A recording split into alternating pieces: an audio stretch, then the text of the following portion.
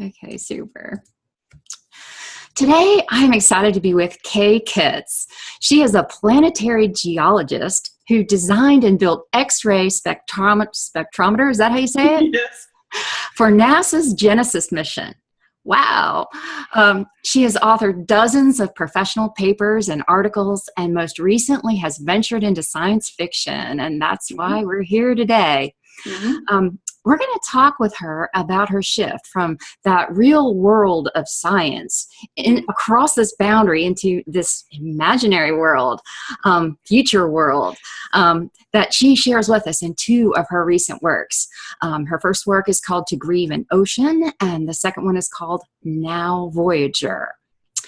K.Kitts, also known as Kathy, lives in New Mexico, which we all know is home to the infamous Area 51 and the Roswell Alien Festival. And it's, you know, as I've heard, it's just in general, it's a magnet for extraterrestrial activity. Oh yeah, no, seriously, it's really funny because, but it's been really sad because the big flying saucer got stolen a couple of weeks ago. 3 kids snatched the saucer from the big museum. They took off with it in the back of their pickup, and it flew out in dust. Oh. What they do, they fly, right? And it smashed all over the highway. And so it's just been a real scandal because these 3, punk teenage kids are like, well, we can't afford $2,500 to fix that. Well, yeah. Oops. So yeah, that's the big scandal. Well, I have to tell you, I actually grew up in Mars. Oh, excellent. Mars, Pennsylvania. There's a real place. We were the home of the fighting planets. Excellent. Very good. Yeah, so it's in there somewhere. Well, we're all made of stardust. So, yeah. That's a good thought. I like that We thought. are. Kathy, if I were a science fiction writer, I would definitely live in New Mexico. And so I'm just curious, is there an energy in the environment that you bring into your work? Is there something unique about it, that you draw from? Well, I think so, but that's why I moved here. I mean, I retired early, 25 years instead of 35 years. And so I left. I worked at Northern Illinois University, and my research was at Argonne National Lab. And so I left at 25 years, not 35 years, and I came here on purpose. I was born and raised in Arizona, but the Arizona that I knew no longer exists. I was in the Tempe area, very close to ASU. And the entire Phoenix area has grown to the point where literally the entire valley is paved over. And so it's not the place I knew. And there's some wisdom in saying that you can't go home again. And so my husband's family is from Santa Fe.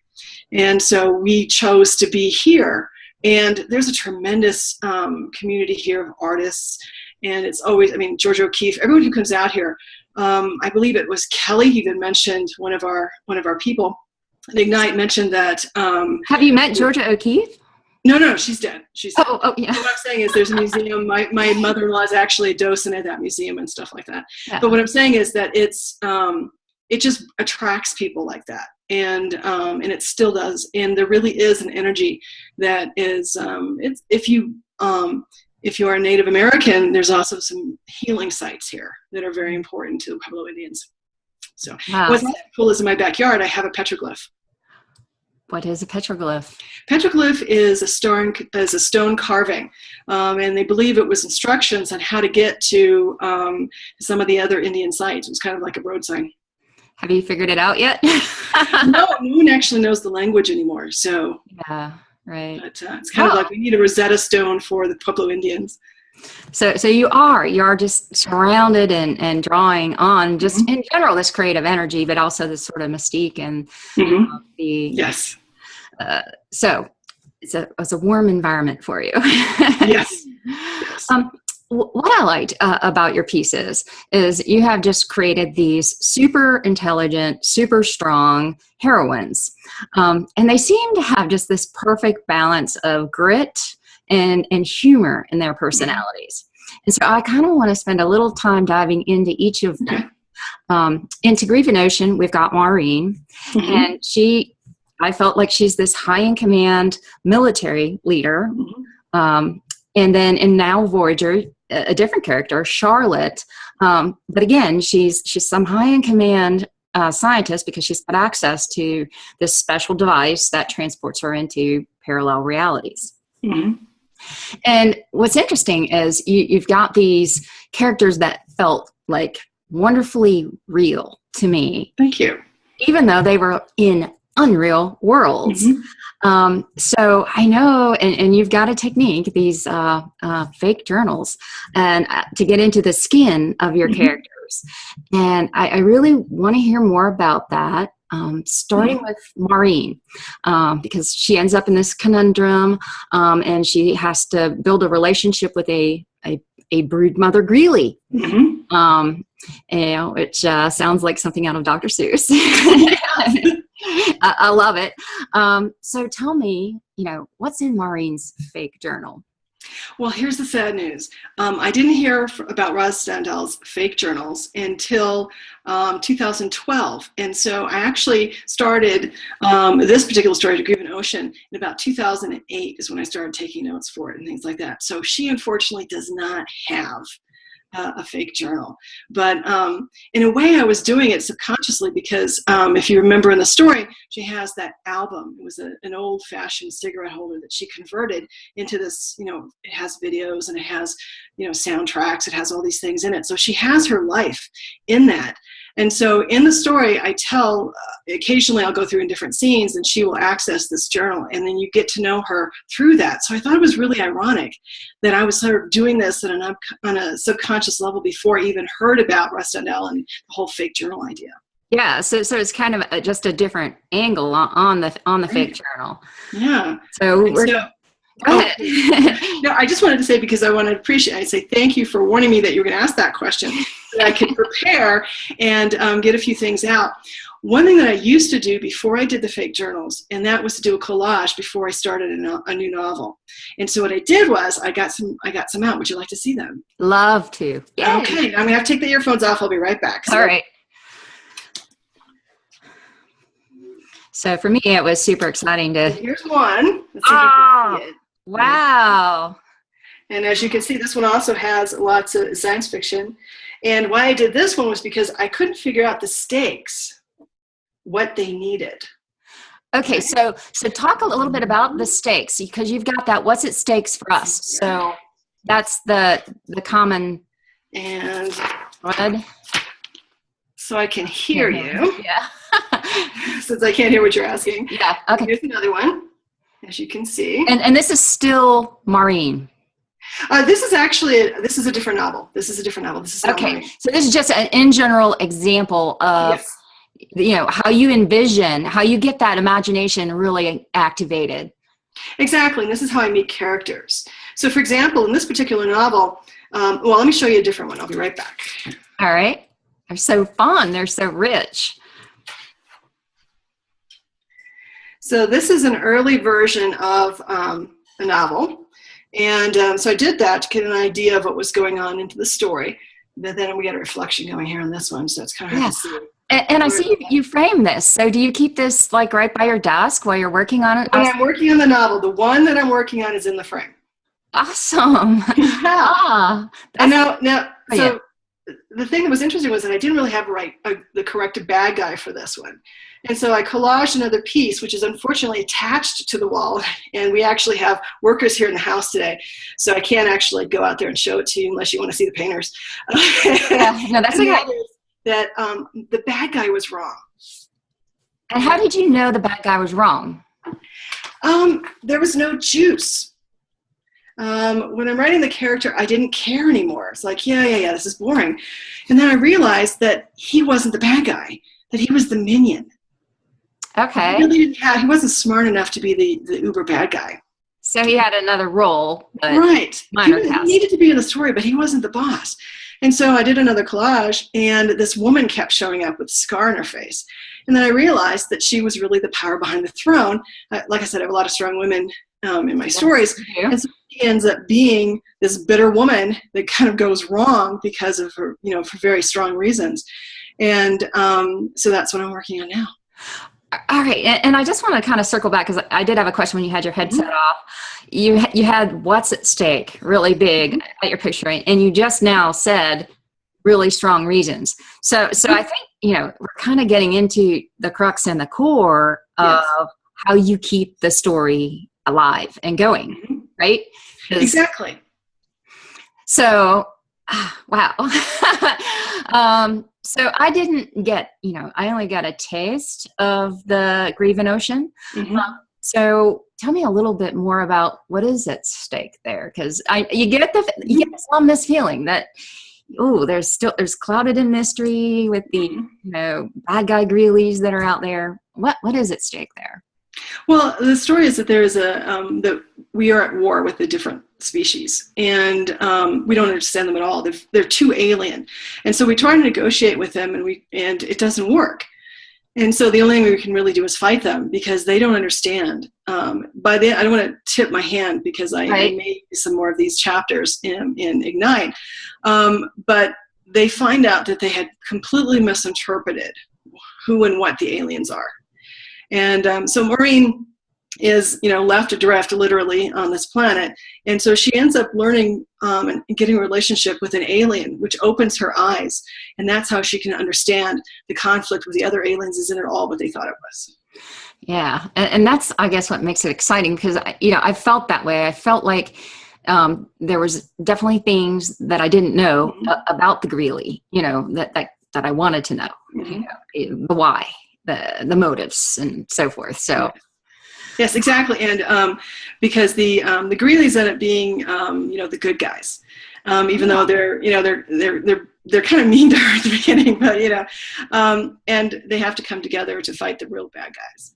And the real bad guys end up actually kind of being the humans themselves because of the way we interpret things. You've heard the line that we are our own worst enemy, and that's really true. Well, I kind of want to stay on this path with this one story since, we're on it. Okay. And you kind of talked about they weren't what we thought they were. They were the good guys, not the bad guys. And I got a little peek of that. It had to do with the issue of the instinctive motherly love that the Greeley had for the eggs, and the eggs got broken. And, Maureen innately had a respect for this motherly love. And, she volunteers to kind of clean up the eggs that had been murdered, I guess. Yes, murdered. And so this brings up another angle, which is you are injecting science fiction with this feminine energy. And it, comes from being a female writer. And as you point out, there's rather few of them.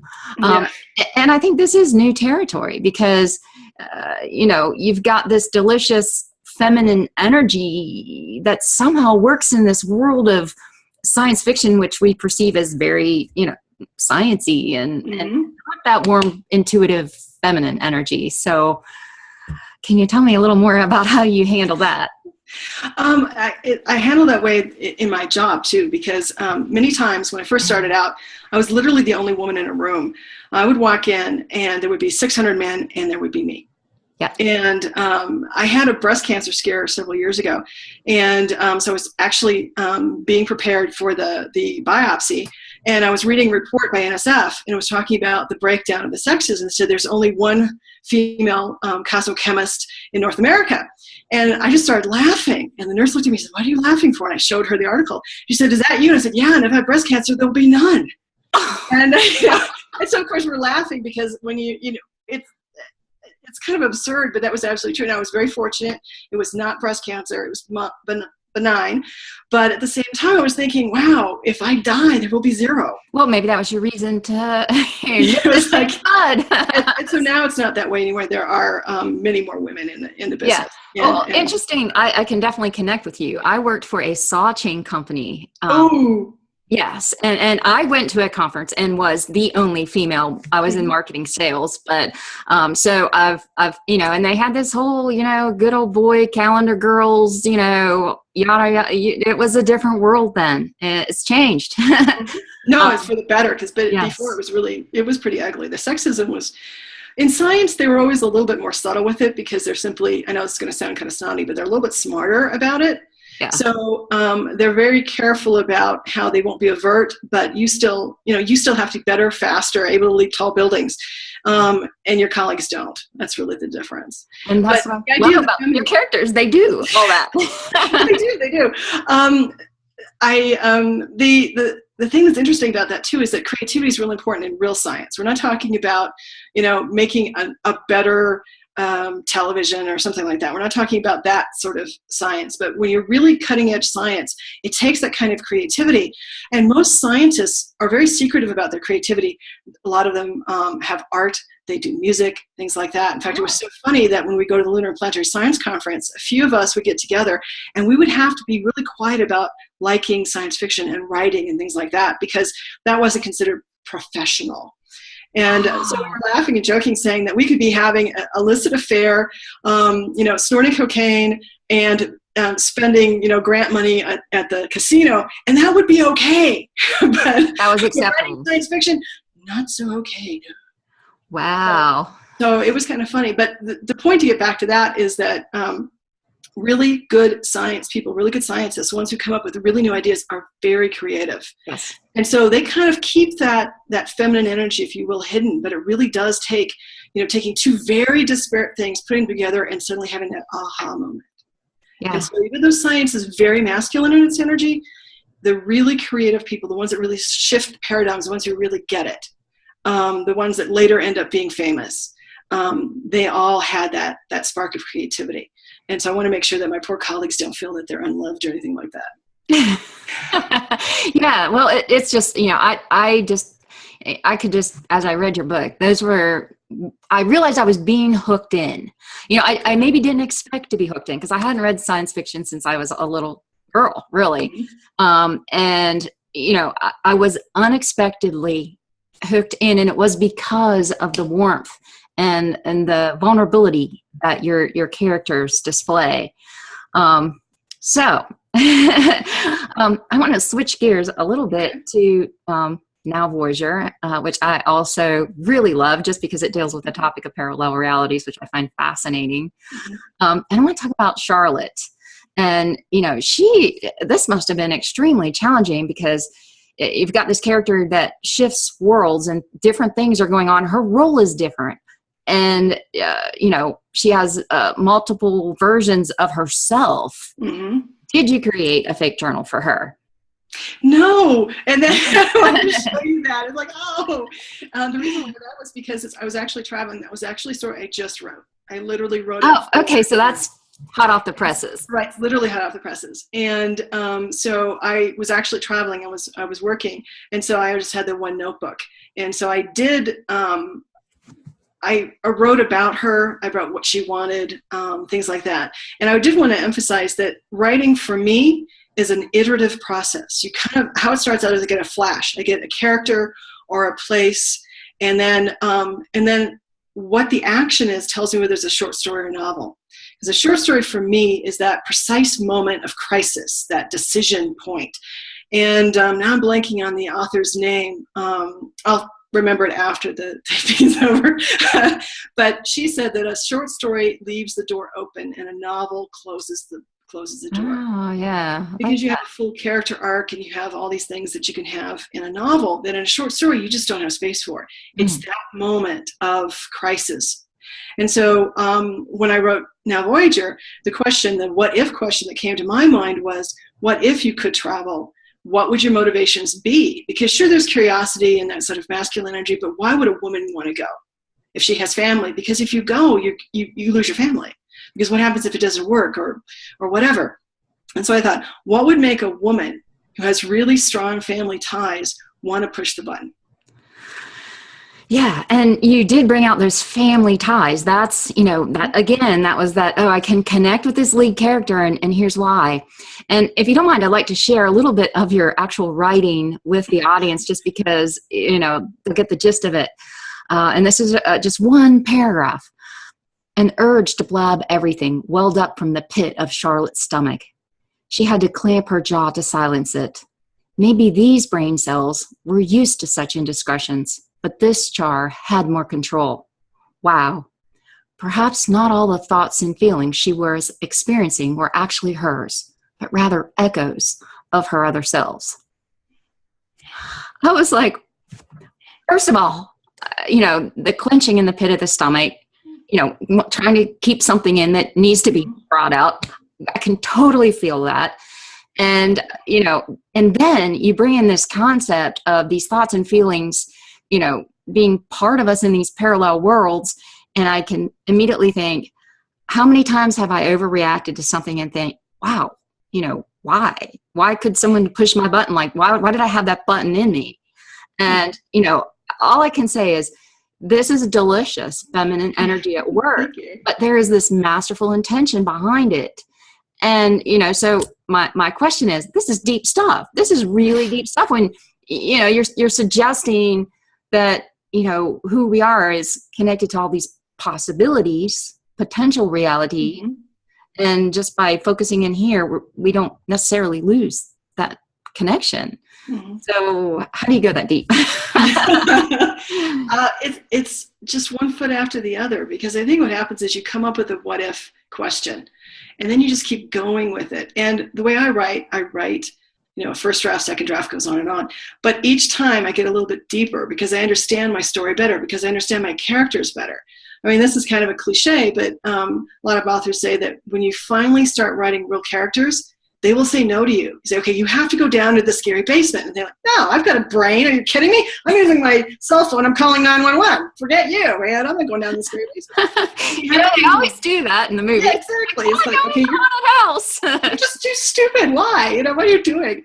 So if you make a real character, one that's three-dimensional, and they will think, and they will actually help you once you know them better. Sometimes you change the story. In fact, sometimes the initial idea that causes you to write the story doesn't even end up in the final version, because the character gets deeper and you get to know the character better, and they will sometimes surprise you. And so when I'm writing this story, each time we get deeper, then I just, Ted Sturgeon was a science fiction author who said, always recommended that authors ask the next question. We kind of ask the obvious first question, but what's after that? And so what happens is you just keep writing the story, you learn better, and you ask the next question, and that's when you start getting that level of depth. But at least for me, I can't do that the first shot out of the gate. I mean, I have to, you write it, so you get a whole story, so you know what's going to happen. And then you start analyzing it. What's your theme? Cut away what doesn't work anymore. And sometimes you have to cut your darlings. I mean, sometimes you've got the most beautiful turn of phrase, like, oh, that's gorgeous, I'm like a real author. It doesn't belong in the story. Right. And you're just, no, not that one. But that's how it goes. Yeah. But to answer your question, it's, for me, you just keep digging. And the more you know your character, the better and the richer the story becomes. Yeah, it's a life. It sounds like it does have a life and an energy all its own. Mm-hmm. Which is so wonderful. And that goes back to your early question, like, how do you know that the bad guy wasn't any good? There was no juice. There's no fire. He's not talking to me because he's not really the bad guy. And then once they start talking to me, then I know, okay, I've got the person for this story. Yeah. And it is, any artist, you got to be flexible. You have to paint over, and you do have to throw a canvas away and start over. A lot of do-overs. And, so it's good to know that writers struggle like that too. The only advantage we have is that we don't have to, in bad old days, you had to be on a typewriter, but now it's like delete, you can just fix it. Delete button's your friend. Because suppose you're afraid, oh, what if I mess this up? That's one thing that I really, I'm in awe of artists, because, it's so hard to hit that point where you overwork something. But at the same time, you have to be daring, you have to change, you have to do something. And so you're splashing that paint, like, and then what do I do to it? But the advantage with writing is that you save older versions, like, oh, I totally screwed that up. Guess what? I'm opening the older version. Okay, so you do save previous versions. Oh, yeah. Yeah, and you circle back to them. Interesting. Well, another thing that you kind of alluded to here that I love about your work, the turn of phrase, you have a wonderful sense of humor, and I'll just give you a couple of examples. So you have Maureen downing her FNPs, which mean feel no pains. She wishes she ordered a martini when she discovers a bottle of vodka was in the rations. And then in your expose about the need for science fiction written by women, you have it phrased this way. If science fiction continues to cling to the stereotypical reader dinosaur, then the asteroid of changing demographics will vaporize the genre soon enough. Love that. it's like, it's imagery, and, it puts us right. More descriptive, gets us into it. And your colorful description of writing pet peeves as the literary equivalent of a cockroach. It's a problem, you can recognize it, but you can't find the right kind of bug spray to wipe out the infestation. And that was so fresh. I mean, that was just I loved visualizing that cockroach.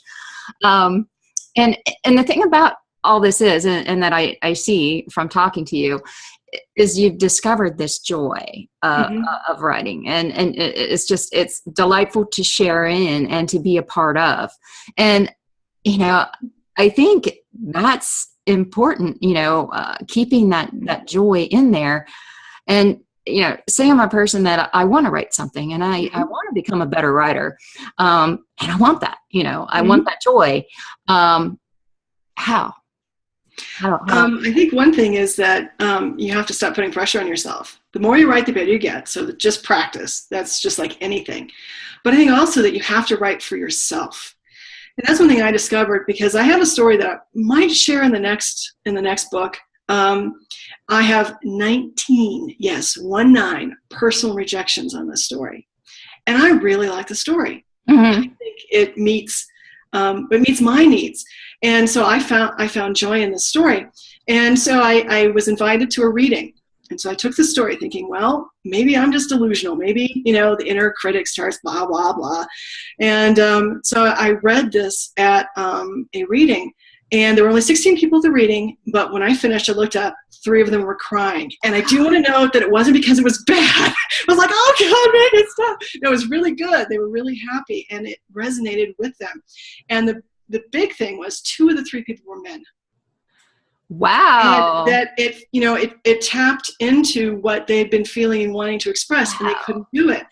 Oh, that's so powerful. That's so powerful. Now, when you send these manuscripts out, those 19, that's really only 19 people. Right. And you had in your room when you did your reading, how many people? 16. All right. So, and those 19, as you point out, are pretty homogenous. Yes. Yes. Yes. And perhaps, yeah. Exactly. And so what I learned from this was that I have to write for myself. So to answer your question, to get that joy, you have to write for yourself. Because there's something that you need to express, there's something that you need to experience, re-experience, what have you. Mm-hmm. So in order to get the joy, you have to write for yourself. Now, that doesn't mean that you don't learn craft. I mean, just like, you have to learn any craft. If it's pottery, if it's textiles, it's whatever. You have to learn your craft. And same thing with writing. People think, well, I know how to, I passed high school, I got out of high school, then I should be able to write. Writing fiction is a very different beast than writing nonfiction. You have to learn how to do it. The idea of incarnating. In other words, you need those little telling details that put the reader in the story. You have to learn how many to put in, how many to cut. And that just takes practice over and over. And then there's 2 things in writing. There's the craft, and then there's the story itself. And in order to get that joy, you have to write the story for you. And once you do that, and once you have enough courage to do that, and let me tell you, it's very hard to do, because you get all these personal rejections. They say it's better than the general rejection, but then you get these personal rejections. They tell you how well you've written it, so you got the craft part, yay. But they're just not interested in buying the story. So after a while, you start thinking, well, I must be weird. It must just be me. Maybe I like these stories, but maybe nobody else on the planet. Right. And, so this could be bad. And then you find out that's not true. You have to find your audience. And right now I write science fiction, but science fiction is so skewed to the male that, like, where do I find my audience? I mean, you're a perfect example. You're somebody who really enjoyed this story, but you would never do science fiction and a science fiction story. So it's like, well, how do I reach you? How do I find you and say, here's something that you might like to read despite the science fiction? I want to read more science fiction now. Like this is up in my mind. It just made me say, why am I not reading it? It's so fun. It takes my mind, it expands my mind, which is part of why I read, which I don't read all that much anymore, but, and then the characters, the feeling, right. I was, that brought me in and kept me in. So, I think you should keep going. I think there's Thank you. I think you could build momentum, and we are seeing, like, if you look on TV, Mm-hmm. there are more science fiction-y, strong female Mm-hmm. heroine, wait, leading Mm-hmm. ladies and so forth. So, um, I think, yeah, I think, Mm-hmm. if they can have the zombies, Right, or and the that vampires, the and vampire. Yeah, I'm so tired of her. And yeah. I write speculative fiction, so I like anything that is speculative. But right now, it's just, and I'm sorry, I like Star Trek and things like that. But even now, the Star Trek franchise is just. Well, speculative. Can you tell me, for those of us who don't know what that is? Speculative fiction includes science fiction, fantasy, horror. In other words, it also includes magic realism if you're a literary person. The only difference between magic realism and fantasy is the label, actually. I mean, like Water for Chocolate, where this woman loses a baby, and then how she sees it in her world, where things become fantastic, and I think that was just a wonderful way of exploring someone's abject grief. Mm-hmm. And so, magic realism, I think, is really well written fiction. Fantasy fiction, if you want to look at it that way. But the thing that makes speculative fiction is the what if. What if vampires existed? What if? Look at Mary Shelley. It goes all the way back to the mid 1800s with Frankenstein. What if you could put a body back together and reanimate it? Yeah, yeah. I saw something on TV the other day where they did that. Oh, I forget what the name of the show was, but they had him in like a bowl, and like periodically it would wear off, and you'd have to get back in the big aquarium tank, and and then when he came back, he was all young and good looking, and Mm-hmm. but it was interesting because it was kind of he was going back in his past Mm-hmm. and trying to fix things, or he wasn't in the past, but he was fixing things he had done when he was Right. in his previous life incarnation. Exactly. That's one thing that's so historically science fiction was so great at. In fact, a lot of science fiction is now considered just great literature, and we really looked at the social aspects of it. What if? And it used to be that it was really about people. You always had the space opera, which was shoot 'em up John in space, Western in space, and that's okay because we all need escapists, and everybody loves that escapist literature too. But sometimes you want something that makes you think. And that's one thing that's really nice about science fiction. Yes. The only problem is that because of the gatekeepers right now and the retraction in the market, they're really scared to take a chance on something that's a little bit different. I have a novel right now sitting at DAW. We'll see if they buy it. But it made it all the way to the top of Tor. The editor wanted to buy it, but the marketing people didn't know what to do with it, so they turned it down. Oh, and so, oh my gosh, you're getting close. So close. It's like, well, is it my story? Is it them? That's the problem, and that's your inner critics start backing up on you and chewing you out and things like that. And so that's why, excuse me. That's why I thought that Ignite would be helpful, because I'm kind of drowning in masculine energy, and so I wanted to be able to tap that well and be okay with being a girl. Seriously, it's kind of sad that you have to defend being a girl. Well, that's girly. Yeah, right. Well, what is next for you? Where are you going?